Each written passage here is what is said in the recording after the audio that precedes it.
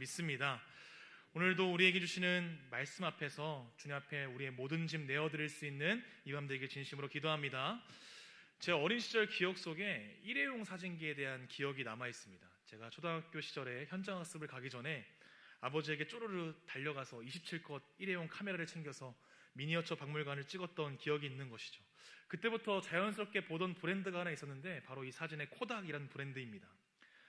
이 필름 카메라 시대 속에서 이 브랜드는 수많은 인기를 얻게 됩니다. 70년대 미국에서는 사진을 남기고 싶은 순간을 코닥 모먼트라고 말할 정도로 이 코닥은 사진 필름의 대명사였고 모든 사람들이 기억하는 대표적인 브랜드였던 것이죠. 1990년대까지는 세계에서 가장 가치가 있는 5대 기업 중 하나로 뽑혔던 이 코닥은 2000년대에 이르러서 파산에 이르게 됩니다. 그 이유는 사진 기술이 필름에서 디지털로 넘어갔던 그 시점에 여전히 두 손의 필름을 놓지 못했던 그 현실 때문이었던 것이죠. 제가 좀 찾아보니 코닥은 세계 최초에서 디지털 카메라 기술을 개발해낸 기업이었지만 자신들에게 있어서 가장 중요했던 그 필름 사업에 악영향을 끼칠까 우려했고 결국 이 디지털 사진 기술을 더 이상 발전시키지 않고 숨기기로 결정을 합니다. 그 결과 경쟁업체들이 디지털 카메라를 계속해서 개발하고 상용화했을 때 이미 쫓아갈 수 없을 정도로 뒤처진 상황이었고 그렇게 사진의 대명사와도 같았던 이 코닥은 점점 대중들에게 잊혀지는 브랜드가 되었던 것이죠. 이 코닥의 슬로건은 버튼만 누르세요. 나머지는 우리가 다 합니다. 였습니다. 사진 촬영의 복잡함을 덜어주고 소중한 순간을 기록하고 보존할 수 있는 가치를 제공하는 것이 그들의 본질이었던 것이죠. 그런데 이 코닥은 그 본질을 잊어버리게 되고 그들에게 큰 수입을 약속했던 그 필름이라는 비본질을 지키려고 했습니다. 그 결과 시장 속에서 뒤처지고 잊혀지게 된 것이죠. 코닥은 본질이 아닌 것에 집중하게 되었고 그 결과 이 브랜드 자체가 흔들리고 쓰러지게 되는 결과를 만들어냈던 것입니다. 이러한 코닥의 역사는 잊혀지지 않는 중요한 교훈을 남기게 됩니다. 본질을 잊어버리고 비본질이 본질처럼 여겨지게 될 때 그 기업의 미래 또한 사라지게 된다는 사실이죠. 이 본질이란 어떤 것의 가장 핵심적인 성질이나 특징, 그 존재가 지닌 근본적인 의미를 뜻하는 단어로 쓰여집니다. 이 본질은 겉으로 드러나는 형태와 모습이 아니라 그 존재가 왜 중요한지, 무엇을 위해 존재하는지에 대한 근본적인 목적과 이유를 담고 있는 것이죠.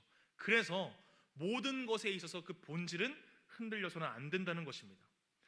이렇듯 어떤 것이든 이 본질을 잊어버리면 그 존재의 가치와 의미가 희미해지고 결국 변질되게 되고 소멸되게 되는 위험에 처하게 되는 것이죠.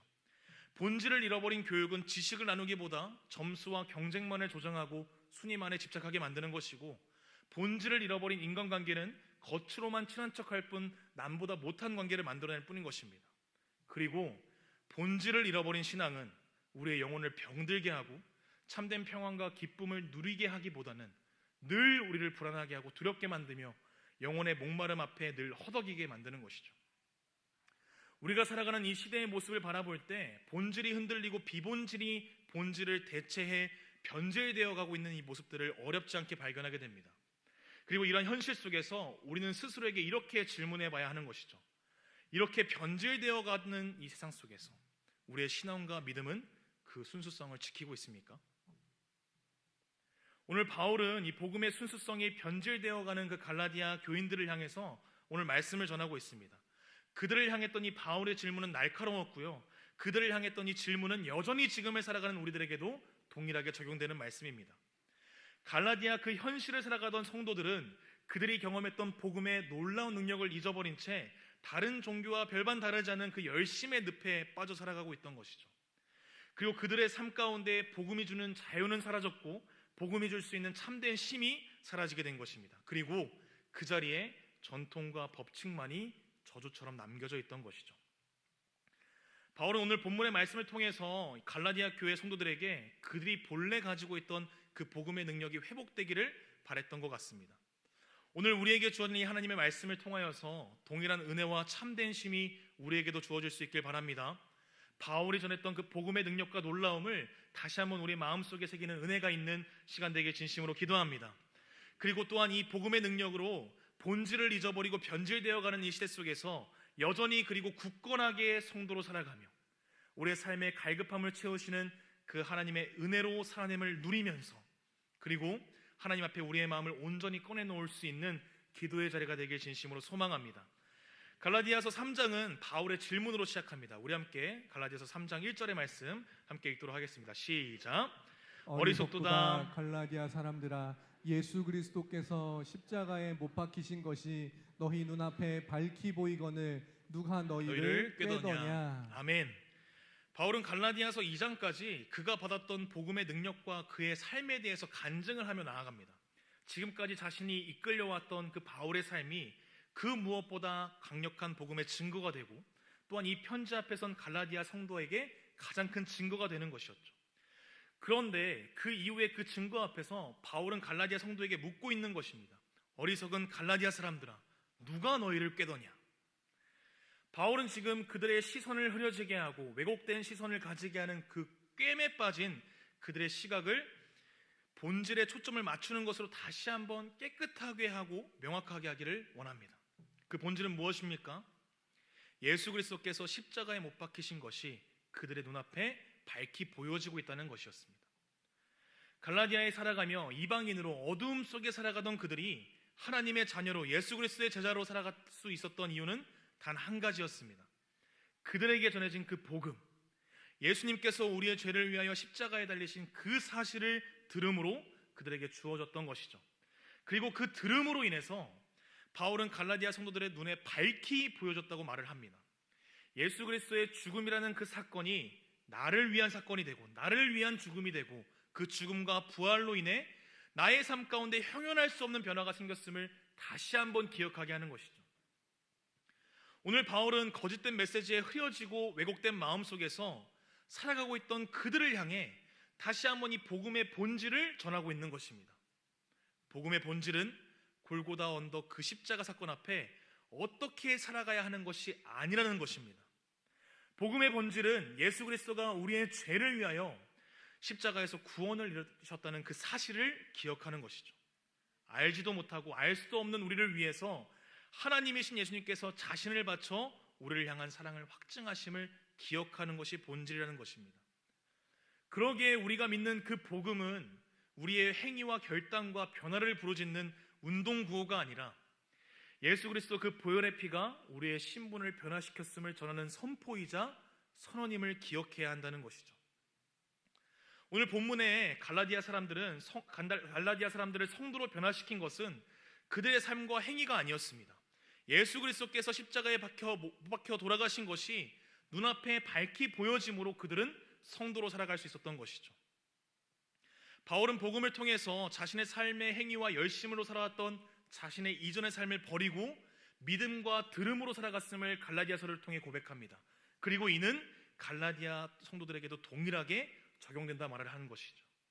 이방인이며 이교도인이며 우상 문화에 빠져 살아가던 그들은 자신의 열심과 행위 그리고 보여지는 결과로 그들의 삶과 존귀심을 증명하려 했지만, 복음은 들음으로 그리고 예수 그리스도를 십자가를 믿음으로 이제 율법을 지키는 행위와 육체로 이루려는 그 모든 것을 버리게 되므로 그들이 성도로 하나님의 자녀로 살아가게 됨을 다시 한번 알려주고 있는 것입니다.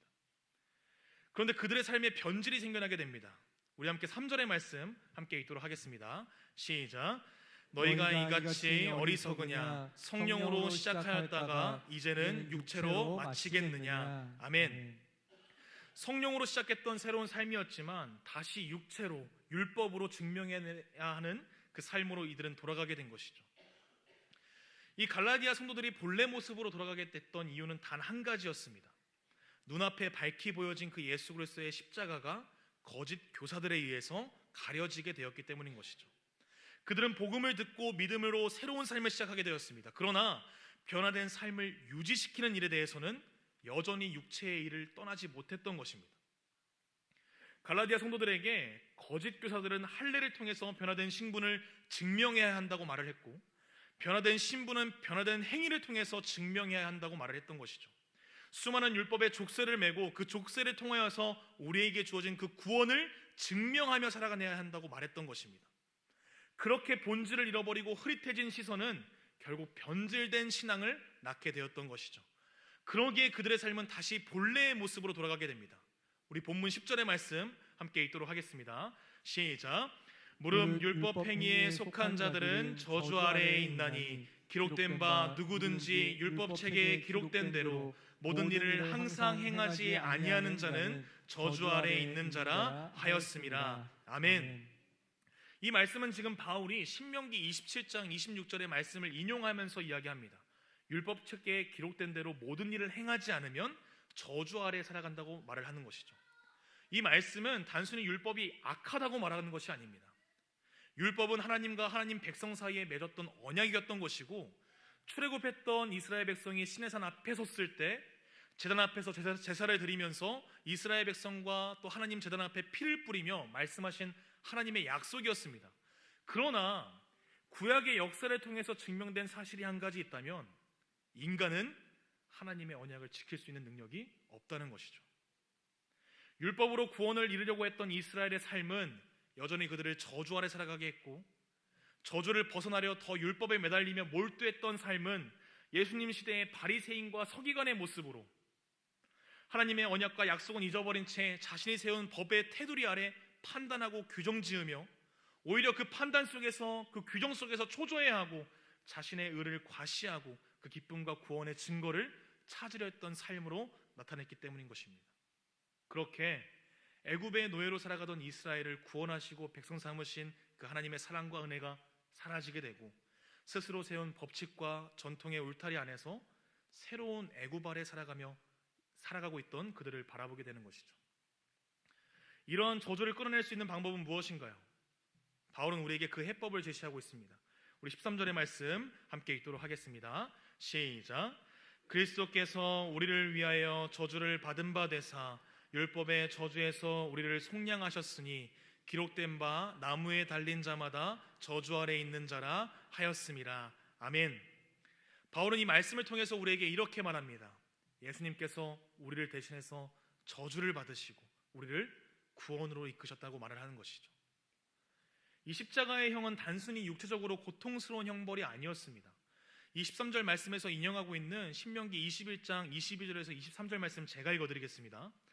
사람이 만일 죽을 죄를 범함으로 내가 그를 죽여 나무 위에 달거든 그 시체를 나무 위에 밤새도록 두지 말고 그날에 장사하여 내 하나님 여호와께서 내게 기업으로 주시는 땅을 더럽히지 말라. 나무에 달린 자는 하나님께 저주를 받았음이니라. 아멘. 나무에 달린 것은 그의 죄로 인해서 하나님 앞에 저주를 받았음을 드러내는 상징이었습니다. 바울이 이 말씀을 인용하여서 예수 그리스도의 십자가를 말하고 있는 것은요, 예수님은 그 십자가를 통해서 하나님 앞에 버림받는 저주를 경험하셨다는 사실입니다. 우리의 죄로 인하여 죽음을 당하고 달려야 할 수치의 자리에 대신 그분이 올려지심으로 수치와 모욕을 당하시고 저주를 당하시고, 예수님이 당하신 그 수치와 모욕과 저주로 인해서 우리가 구원받았음을 다시 한번 이야기하는 것이죠. 그 수치와 저주와 모욕을 통해서 우리가 의롭고 흠이 없는 존재가 되었음을 다시 한번 깨닫게 했던 것입니다. 바울은 이 말씀을 통해서 우리에게 이렇게 이야기합니다. 우리가 구원받는 그 모든 곳에는 우리의 어떠한 노력도, 우리의 의지도, 우리의 행위도, 우리의 희생도 없었다는 것입니다. 교회에서 한 청년과 제 아내인 김현주 전도사님하고 같이 이야기를 하고 있었던 때가 있었는데요, 왜 갑자기 그렇게 이야기가 흘러갔는지는 알 수는 없지만 저에 대한 흉이 들리기 시작했습니다. 연애할 때는 마라탕이고 떡볶이고 일식이고 먹고 싶다는 거 다 먹어보고 싶다는 거 다 먹여주더니 결혼을 했더니 맨날 순댓국, 뼈해장국, 김치찜만 먹는다는 이야기였습니다. 사실 저에게는 이 마라탕은 화학 제품을 섞어 놓은 맛과 같았고요, 이 먹고 나면 꼭 속이 안 좋았던 기억이 있었습니다. 그리고 떡볶이는 돈을 주고 사 먹는 음식이 아니라 집에서 만들어 먹는 간식이라는 그 생각이 너무 강했던 것이죠. 그래서 제가 그 순간 당당하게 이렇게 이야기했습니다. 원래 연애할 때는 간이고 쓰레기고 다 뺏어 주는 거야. 그때는 장난스럽게 이렇게 넘어갔던 이야기가 며칠 지나서 제 마음속에 계속 이렇게 곰곰이 생각해보는 주제가 된 것이죠. 왜 연애할 때 나는 그것이 가능했고 지금의 나는 할 수 없는가? 그때나 지금이나 국밥을 세상에서 가장 좋아했던 제가 왜 그때는 이국적인 음식들을 돈 주고 사 먹고 닭발을 한 번도 사 먹지 않았던 제가 차를 끌고 가서 맛집까지 찾아가 그 닭발을 먹을 생각을 했을까? 이 질문에 대한 대답에 대해서 저는 이러한 결론을 내렸습니다. 연애할 때 한지는 여자친구를 사랑하는 마음이 컸지만 지금 남편인 한지는 아내와 가정을 배려하고 돌보는 나 자신의 모습을 사랑하게 되었다는 것입니다. 그리고 나서 제 마음속에 회개의 마음이 생겼던 것이죠. 어느 순간 결혼해서 살다 보니까 너를 사랑하기보다는 가정을 위해서 노력하는 제 모습을 더 사랑하게 되고, 나의 노력과 나의 모습에 보상받기만을 원했던 모습이 저에게 있음을 고백하게 된 것입니다. 그래서 제 마음속에 한 가지 결단을 했습니다. 마라탕과 떡볶이를 한 달에 2번 정도는 꾹 참고 시켜야겠다는 다짐을 하게 된 것이죠. 사랑하는 성도 여러분, 상대방을 향한 사랑이라고 생각했던 일들이 어느새 나의 의로움이 되었고 보상받고 대접받아야 하는 일들이 되었음을 깨닫게 되는 순간이 찾아옵니다. 그런데 이러한 모습이 복음을 향한 우리들의 시선과 닮아있지 않나요? 처음 복음을 들었을 때 나를 향한 하나님 사랑과 그 은혜에 감격하여 작은 일에도 눈물 나는 삶을 살아가다가 어느 순간 그 눈물과 감동은 사라지고 나의 모습과 나의 노력과 나의 현실 가운데 내가 이만큼 신앙생활을 했으니 마땅히 받아야 할 보상이 있어야 하고, 처음 복음을 만났을 때의 겸손한 감사와 순수한 감동이 점점 희미해지고, 신앙이 이제는 내가 이뤄내고 넘어서야 하는 계단으로 나의 의로움과 나의 열심을 과시하는 수단이 될 때가 있지 않은가 생각하게 되는 것입니다. 바울은 갈라디아서 3장 12절의 말씀을 통해서 이렇게 말합니다. 우리 함께 읽겠습니다. 시작. 율법은 믿음에서 난 것이 아니니 율법을 행하는 자는 그 가운데서 살리라 하였느니라. 아멘. 율법을 행하는 자는 그 가운데에 살아가는 것입니다. 그곳에서 살아간다는 것은 율법 자체가 그의 삶의 목적과 의미가 된다는 것이죠. 목적이 우리의 삶이 되고, 율법이 우리의 삶의 목적이 되고 의미가 된다는 것은요, 구약을 통해서 이미 증명된 그 저주의 길을 여전히 그리고 고통스럽게 걸어갈 수밖에 없다는 것입니다. 이러한 저주의 삶에서 벗어날 수 있는 유일한 방법은 우리가 진정으로 사랑해야 할 대상을 바르게 바라보는 것이죠. 우리를 감격하게 했고, 우리를 죄의 길에서 돌아서게 했고, 자신 스스로를 인정하지 못했던 그 마음과 병들어 있던 나의 삶을 돌이키고 회복시켰던 그 예수 그리스도의 사랑으로 나의 시선을 고정시키는 일인 것입니다. 해결되지 않는 육신의 장막과 나의 연약함과 유혹 가운데 빠져가는 자신을 바라보는 것이 아니라 여전히 그런 모든 죄악과 유혹 가운데 흔들리던 우리를 바라보시고 그런 우리를 사랑하셔서 십자가의 저주를 대신 받으시고 우리를 구원하신 그 사랑을 바라봐야 한다는 것이죠. 율법 가운데 살아가던 우리의 삶을 돌이켜 복음으로 살아내는 삶을 살아가야 한다는 것입니다. 복음으로 살아내며 복음이 우리의 삶의 목적이 되고 의미가 될 때 그 모든 저주에서 우리를 돌이켜 복받게 하신 그 하나님의 사랑을 온전히 누릴 수 있음을 고백해야 한다는 것이죠. 이제 말씀을 정리하고자 합니다. 오늘 바울의 말씀을 통하여서 우리는 한 가지 사실을 깨닫게 됩니다. 우리를 변화시킨 그 복음의 능력은 단순하게 우리에게 새로운 삶을 시작하게 하는 역할만 하지 않는다는 사실이죠. 복음은 우리에게 새로운 삶을 시작하게 하고 그 삶을 살아가게 하며 그 삶을 완성하게 하는 능력이 있다는 것입니다. 그러기에 이것이 우리의 신앙생활에 있어서 잃어버려서는 안 되는 본질이 된다는 것이죠. 본질을 잃어버린 신앙은 우리의 삶 가운데 아무런 능력을 낼 수 없습니다. 바울은 갈라디아 교회 성도들에게, 그리고 오늘 말씀 앞에 서는 우리들에게 자신의 삶을 내보이며 이렇게 고백합니다. 복음이 바울 자신의 삶을 변화시켰고, 복음이 갈라디아 사람들을 성도로 살아가게 했고, 복음이 지금을 살아내는 우리들에게 유일한 능력이자 힘이 되는 줄 믿으시길 바랍니다. 이렇게 고백하는 것이죠. 이 시간 우리의 본질을, 복음의 본질을 의지하며 살아가기를 결단할 수 있는 이 밤 되길 진심으로 기도합니다. 우리의 신앙생활은 바울이 이야기하는 것처럼 날마다 선명하게 예수 그리스도께서 십자가에 못 박히신 것을 눈앞에 밝히 보는 삶을 살아가는 것임을 믿으시길 바랍니다. 십자가에 달리신 예수님을 밝히 바라볼 때 우리를 대신하여 받으신 그 저주의 무게를 바라볼 수 있는 것이고, 십자가에 달려 흘리신 그 보혈의 피를 생각할 때 죄인된 우리의 본 모습을 바라볼 수 있는 것입니다. 그렇게 그 예수님의 십자가를 바라볼 때 우리의 어떠함과 관계없이 구원하신 그분의 은혜와 그분의 사랑을 바라볼 수 있는 것이죠. 그러기에 복음만이 우리를 하나님의 사랑을 알게 하며 그 사랑 안에 우리를 거하게 하는 능력이 되는 것입니다. 이 복음이 우리를 진정한 성도로 살아가게 하는 것이죠. 이 밤 그러한 복음을 의지하며 나아갈 수 있길 소망합니다. 하나님이 아니라 하나님을 위해 헌신하며 살아가는 자신의 삶을 살아가는 모습이 있었다면 예수 그리스도 그 십자가의 사랑을 선명하게 바라보기를 기도하는 시간 되길 소망합니다. 우리 삶 가운데 처절한 낙심과 절망의 자리를 지나고 있다면 이 시간 그 모든 낙심과 절망을 덮으신 그 복음을 선명하게 바라보길 소망합니다. 그리하여 우리 삶 가운데 임하신 그 놀라운 복음의 능력을 누리며 살아가기를 결단하며 나아가는 우리 수원북교회 모든 성도들 되시기를 진심으로 기도합니다.